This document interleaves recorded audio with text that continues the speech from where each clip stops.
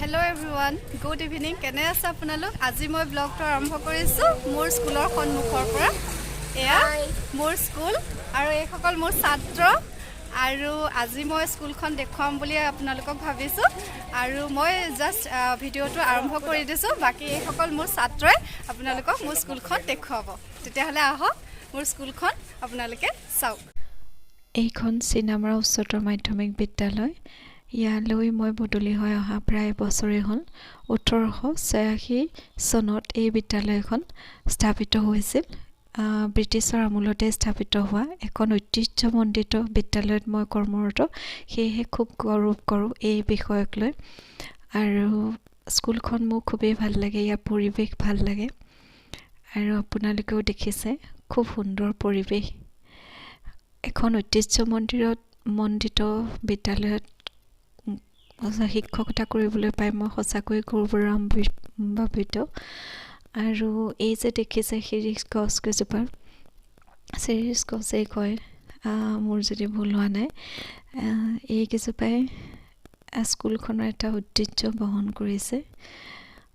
এয়া আমাৰ স্কুলখনৰ সন্মুখভাগ আৰু এইসকল আমাৰ স্কুলৰ শিক্ষক শিক্ষয়িত্ৰী। আজি অভিভাৱক সমাৰোহ আছে আমাৰ বিদ্যালয়ত আৰু সেই অভিভাৱক সমাৰোহৰ লগত সংগতি ৰাখি অভিভাৱকসকলৰ মাজত নানা প্ৰতিযোগিতা অনুষ্ঠিত কৰা হৈছে। পিঠা প্ৰতিযোগিতা, বিয়ানাম প্ৰতিযোগিতা।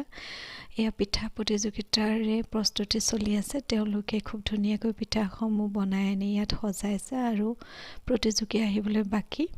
মই বেছিকৈ আজিৰ দিনটোত ভিডিঅ' কৰিব পৰা নাছিলোঁ। যিখিনি কৰিব পাৰিছিলোঁ সেইখিনিকে আপোনালোকক দেখুৱাইছোঁ। বিয়ানামৰ ৰেকৰ্ডিং কৰিব নোৱাৰিলোঁ। আৰু ভিডিঅ'টো চাই আপোনালোকে কেনেকুৱা পাইছে কমেণ্টত জনাব।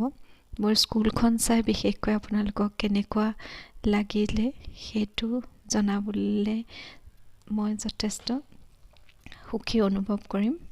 সঁচাকৈ মই এইখন স্কুলত শিক্ষকতা কৰিবলৈ পাই নথৈ আনন্দিত। খুব ভাল লাগে, খুব গৌৰৱ অনুভৱ কৰোঁ। আৰু এইসকল আমাৰ অভিভাৱক, তেখেতসকলে ইমান ধুনীয়াকৈ পিঠাসমূহ বনাই আনিছে। তেন্তে আজিলৈ আহোঁ, ধন্যবাদ।